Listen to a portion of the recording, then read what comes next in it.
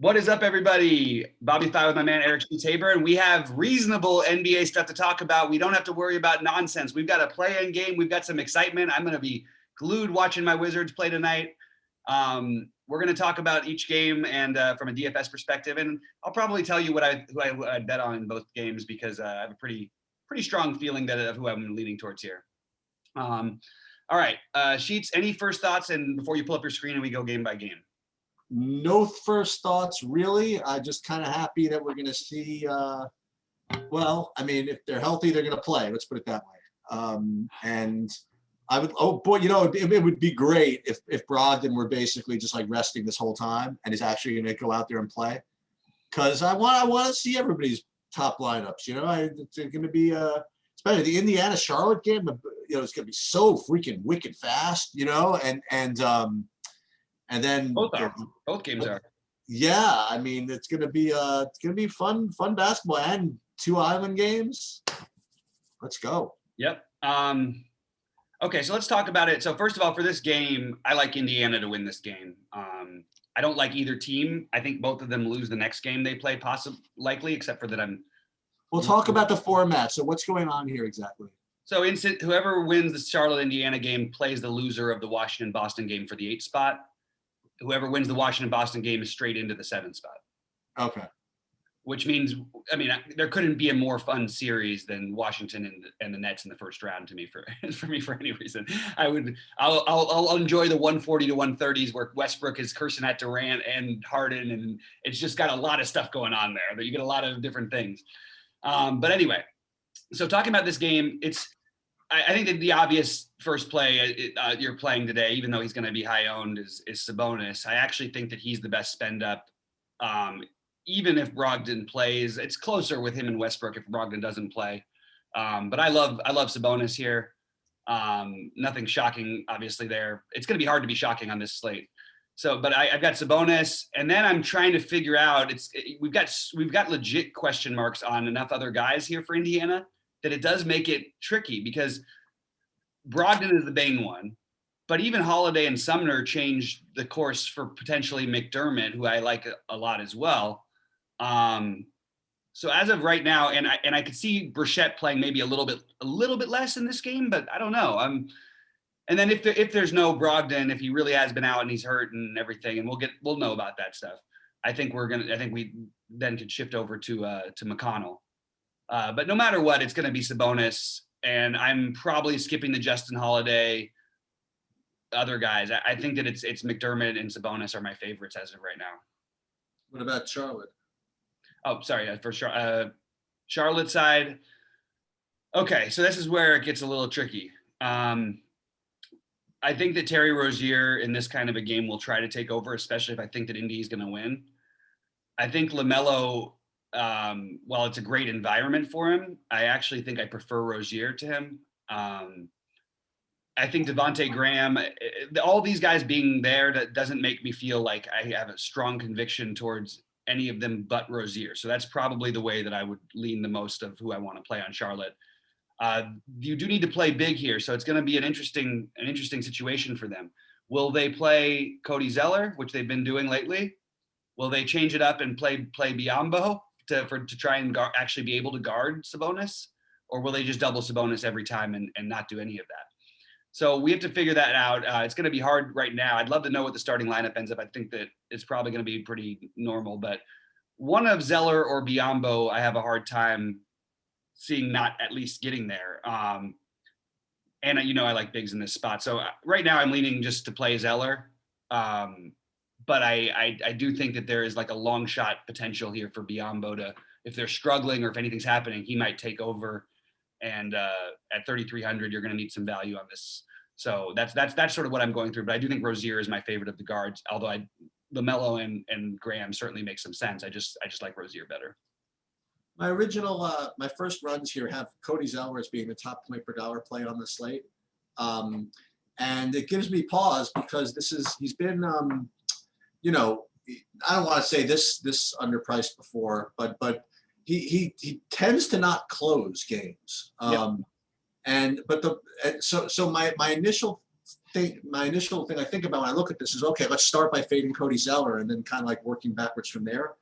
But then every time I think about it, I come up with the same thing that you're coming up with. It's like, but they have somebody, right? And they can't just let Sabonis just run wild.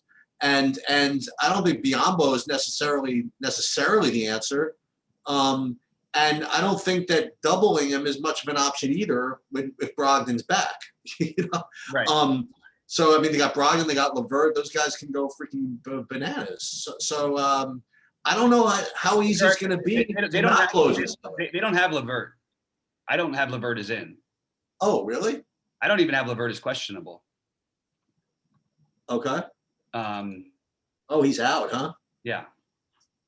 Oh, wow. Look at that. I didn't even need to see that. So that's why I said even with Brogdon back, I still really like. Sorry, keep going. But that's why. Okay. Yeah. Well, that's too bad. Yeah. That's really too bad for Indiana. But you like Indiana in this game, huh? Health and safety protocols too, which is like, come on. You like Indiana in this game, huh? Yeah, I think Charlotte's a mess. They can't win any at all right now. Yeah, they've been the worst team. So. What's the spread in this game? Indy by 1.5 at home. I don't know. I think we're gonna have to go for a 50 spot on this one, the 50-cent guy on this one. What do you mean? We're gonna have to be betting 50 cents. I'm gonna have to be taking Charlotte against you. Oh, okay. Let's do it. Yeah. Okay. Done deal. Yeah, I'm not. By the way, I'm rooting for Charlotte, so that's be a happy 50 cents. I'm rooting for Indiana. So there you go. But both these teams are a little bit of a mess right now, to be honest. And if Brogdon's out, obviously maybe I'll change my mind about that pick because I would like at least one of those Brogdon LeVert to be in the game before I was going to take. I mean, seriously, dude. I mean, if Brogdon is out, I mean, the game is over. No, I mean, I don't know. I always thought Charlotte's not good enough to do that. Really? Okay. They haven't done it at all. They've been one of the worst teams overall in the NBA and must-win games even lately. They've just been really bad. It's going to be Rozier trying to take over. I mean, go ahead, Chiefs. Not LaMelo, huh? He's not able to. Terry Rozier's a scorer. LaMelo is a guy who plays well. It's a good open court environment for LaMelo, but that's what his skill set is. You know what I mean? He's not a guy you're going to go to down the stretch of games. He doesn't know how to play in the half court. You're relying everything on all the other things that he does. And I'll take Terry Rozier, who in big spots will always try to take. That's why that's where the whole nickname comes from in the past and everything. Scary Terry. I think he'll have the ball in his hands a ton. I would be willing to make a bet that Terry Rozier has more assists than LaMelo tonight too. I don't think I've seen him pass recently. Really? I mean, look at the last games. Okay. We got 9. All right. Fair enough. 4, 5, 5, 4, 6. Not a ton, but I mean, 9 is a lot. Yeah, so I'm into the Rozier part of it. That's my favorite. Anyway, keep going, Chiefs. Yeah, so I would guess I'd have to put Zeller as my top. Like I said, I don't know a universe that especially now, I mean, especially when all the usage is going to get concentrated, I guess, to Brogdon and Sabonis. I don't know how they don't have somebody in there to try to guard him. And so I think Zeller's probably a good play. And then, Zeller, Sabonis, clearly. Yeah, I mean, Sabonis has to be a priority. He's going to play 45 minutes. You know what I mean? He's going to play as many minutes until he keels over and dies, right? Right. So, and if Brogdon plays, I mean, he's literally going to play as many. Both these guys are the coach is going to look at them and say, "You need to come out." It's a playing game, right? The only thing is that there's an outside chance Jalen McDaniels may do a better job than Zeller does on Sabonis. That's the only thing I would worry about in terms of Zeller losing his minutes, because his minutes have never been not like somewhat in flux. And lately we've seen him play a ton more minutes.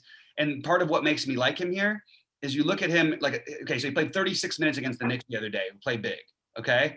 He played again, the other team that plays big, obviously Denver. He played 29 minutes in that game, put up nice, big games there. I still think there's a chance he goes down, it could go the other way, but mostly down the stretch when they needed to win games and stuff, or were trying to win games, they were trying to use Zeller quite a bit, but I do think those minutes are a little bit in flux, and you might the PJ Washington. I just don't know that they're going to play PJ Washington straight up versus Sabonis very much. I think Jalen McDaniels makes more sense. Okay.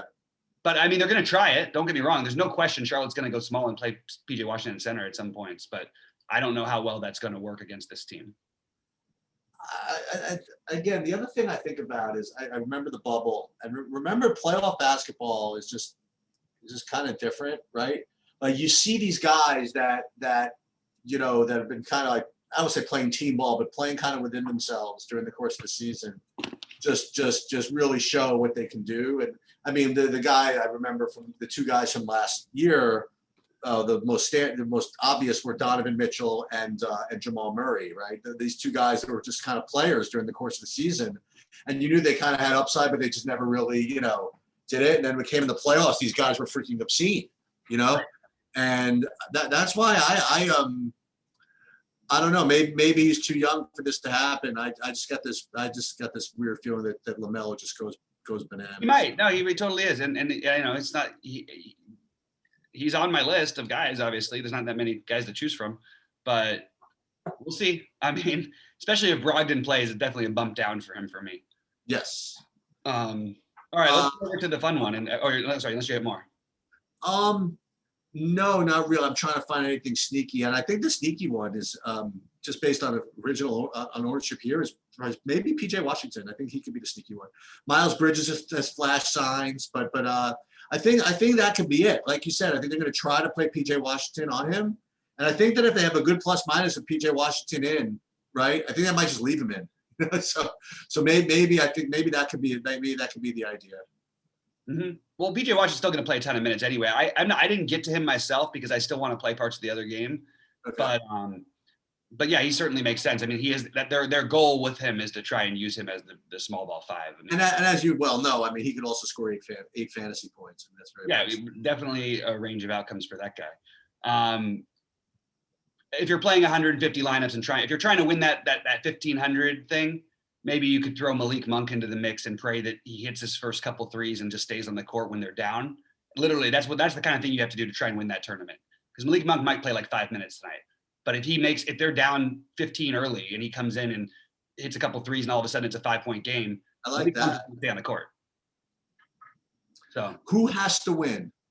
Everybody. No. But one team has to win or they're out, right? Charlotte and Indiana. Whoever loses is out. Oh, that's definitely the play-in game. Those two have to win. The other team, but it's not a play-in game. It's a play to get to your next game. Right. The other teams, one can lose and still play again. Correct. Okay. So these guys are all going to play a billion minutes. Okay. Yeah. So and on the in the Washington-Boston game, let's get to this. I like Indiana in that game. I like Washington to win this game. They've just been so much better of a team than Boston has for the last half of basically since Westbrook didn't have COVID and a hamstring pull that he couldn't run. They've been better than probably the next 5 teams ahead of them probably since the All-Star break. Westbrook is going to play 40 plus minutes tonight if this game is even reasonably close. Beal is going to play 40 plus minutes tonight if this game is reasonably close. That means, and only they'd have to be leading for it not to be for it not to go that way. Yeah. Or foul trouble of some bizarre kind. I think that Westbrook is, as oddly enough, like he's going to be lower owned than he might have been on a Giants slate because we don't have the value, right? You know what I mean? Yeah. But he's a terrific play, obviously. The value you're looking for from Washington for me is Bertans and Gafford. I think I'm struggling with a couple decisions, and one of them is Gafford. They just almost give him the minutes, but don't quite. And I think that you're going to see more of that too, because they do have the other bigs in Len and Lopez. And Gafford is a little bit better in the high up pace games and all that stuff. And by the way, because of when the games have really mattered lately, they've sort of gone a lot to Lopez. I think he's in play as well. So I'm trying to decide between these guys. And I mean, it's true for Len as well. Like all of these guys have a chance here. But you'd think in a playoff game, taking the most experienced guy who's your best defender would probably make the most sense, and that would be Lopez. but you also don't need to play traditionally big against Boston, which sort of suits Gafford. So I'm sort of flipping between those guys right now. I also, if you're not going to play Westbrook, I suggest you play Bradley Beal, and I don't mind if you can find a way to play them together. Obviously, it's going to be tough. I think Bradley Beal is in a great spot here, and I'm interested to see what they do with Marcus Smart, because naturally you'd think that he would guard Bradley Beal, the scorer, all that stuff. But there's a good chance they put him on Westbrook. Now, Westbrook, it never really matters all that much. There's a chance of those guys getting into a fight. They're probably not going to get thrown out of a play-in game, but those guys would literally, I could see going at it. I just think that Bradley Beal at low ownership is kind of at 9K. I just see more 50s. And I think that like the projection on his minutes, well, anything below 40 for his minutes is unrealistic in my opinion. I think he's going to play. And I know he's coming off of a little injury and everything. I think he's going to play every minute that he can handle. I think unlike other teams that would want to avoid Brooklyn, I think they want to play would want to play Brooklyn. So they're desperately going to try to win this game. That's just how they play anyway with Westbrook. So I will have one of Westbrook or Beal probably in all my lineups, and Bertans, and then I'm trying to decide between Lopez and Gafford. That's where I am with this one. I also think Rui's a good middling play, but I don't think you need him, and I don't think he certainly could put up like 5 fantasy points. He also could put up like 35 if they overplay Westbrook and Beal. It's pretty tough. It's pretty tough to play Westbrook and Sabonis in the same lineup together. Even if you play Zeller and Bertans, it's not a lot. There's not a lot of really good value around. I could point to Tristan Thompson at 4,800, but is this really like the Tristan Thompson game? Well, let's talk about that a little bit because he's been. I'm actually, Chief. Why don't you give me your thoughts on Washington? Because I'm gonna load our old video for baseball, and while I'm doing that, maybe you could tell us a little bit about what your thoughts on Washington. Yeah, it's the usual. Like Rui Hachimura is always looks like a good play. As a second guy, it's Bertans, and every time I play Bertans, I'm like, okay, I need like 20 shots and hope to makes like 6 threes or something like that. And then then there's Rui, and Rui's always to me seems to be that pivotal guy who always kind of shows up in my Washington lineups. And on a 2-game slate, he's going to be a guy that shows up in my Washington lineups. You mentioned Gafford. I'm equally curious to see what they do with respect to either Gafford or Lopez. And the other guy is Ish Smith. I mean, he's been getting minutes in these games. I don't know how much he's going to play with. Neto, I expect to play tonight, and he was out. Oh, okay. Doesn't mean you can't play Ish. I don't. Just throwing that out there.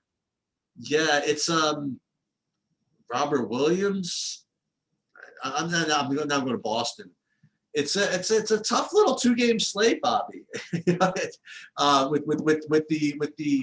With the desire to get to Westbrook, which makes a lot of sense, right? And the desire to get to Sabonis, which certainly makes a lot of sense. It's I wonder if the stupid but smart thing to do is to throw them both out and go to some middling thing with Tatum and Rozier and LaMelo and stuff like that, and just kind of hope. I don't know.